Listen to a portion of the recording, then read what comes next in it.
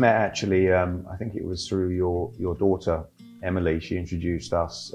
She saw us on the USFIA podcast or webinar, actually. Thank you, Julia Hughes. Yes, and Julia Hughes, actually, there. She was the one who set that up. What was your first impression of Material Exchange when you heard about us? Because I understand you looked for some other solutions to digitize your... We've been trying to digitalize Kingpins for, now it's 5 years. So we had met with lots of disappointment. And then Emily said she saw a webinar for you guys and said, I think this is the perfect software for us. And then we met, and then we got off the phone call. We said, this is the perfect match, I think. But it depended really on you. What we saw was really exciting because you had all of the attributes that we think anybody would want. I remember at the time, we didn't actually have exactly the solution that you were looking for, but it was on our roadmap. So we accelerated part of our business to put together the Kingpins Exchange, as it's called. Yeah, you guys did a great job in meeting what we wanted to do. I mean, you did a fantastic job, but I don't know if I ever told you this, but I had database experience. I wrote our company's first database. So you had a lot of fields that I knew were usable, and you just had to be shifted around. And there were only a few fields that were missing, but you guys did an amazing job. Because you helped us with the data model in the beginning. Yeah, my database experience allowed us to be clever like that. And now do you think we've got a very good data model for denim? I think we have an amazing model for denim. And I think that we have a solution well beyond anyone's expectations. I think most people that we show it to are like, this is really great. And then you can hear it at the back of their voice. It might exceed their expectation. And your way of kind of promoting us amongst the brands and the suppliers was very hands-on. You were going out and actually doing, multiple demos every week. Emily and I did them all. We were usually both of us were online, so we probably did about 95 demonstrations.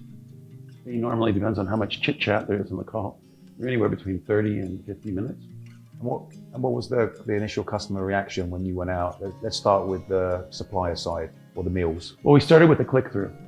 So we didn't have the site, so the click-through was very effective.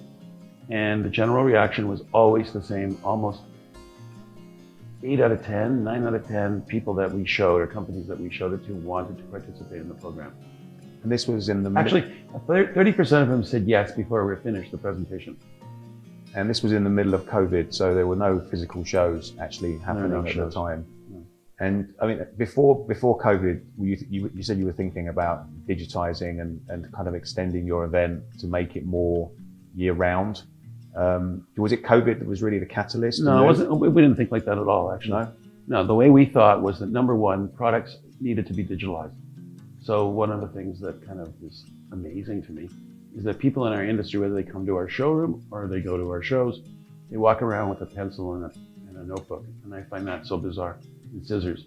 And they cut little tiny swatches, they stick them in their book, they write down their notes, and then 2 days later they call you and ask you to reread their notes. And they've been doing this. They've been doing this for 25 years. And I don't really understand, I never understood it. So I didn't understand why everybody just didn't digitalize all the products, put all the information in one place, and everybody stopped calling you.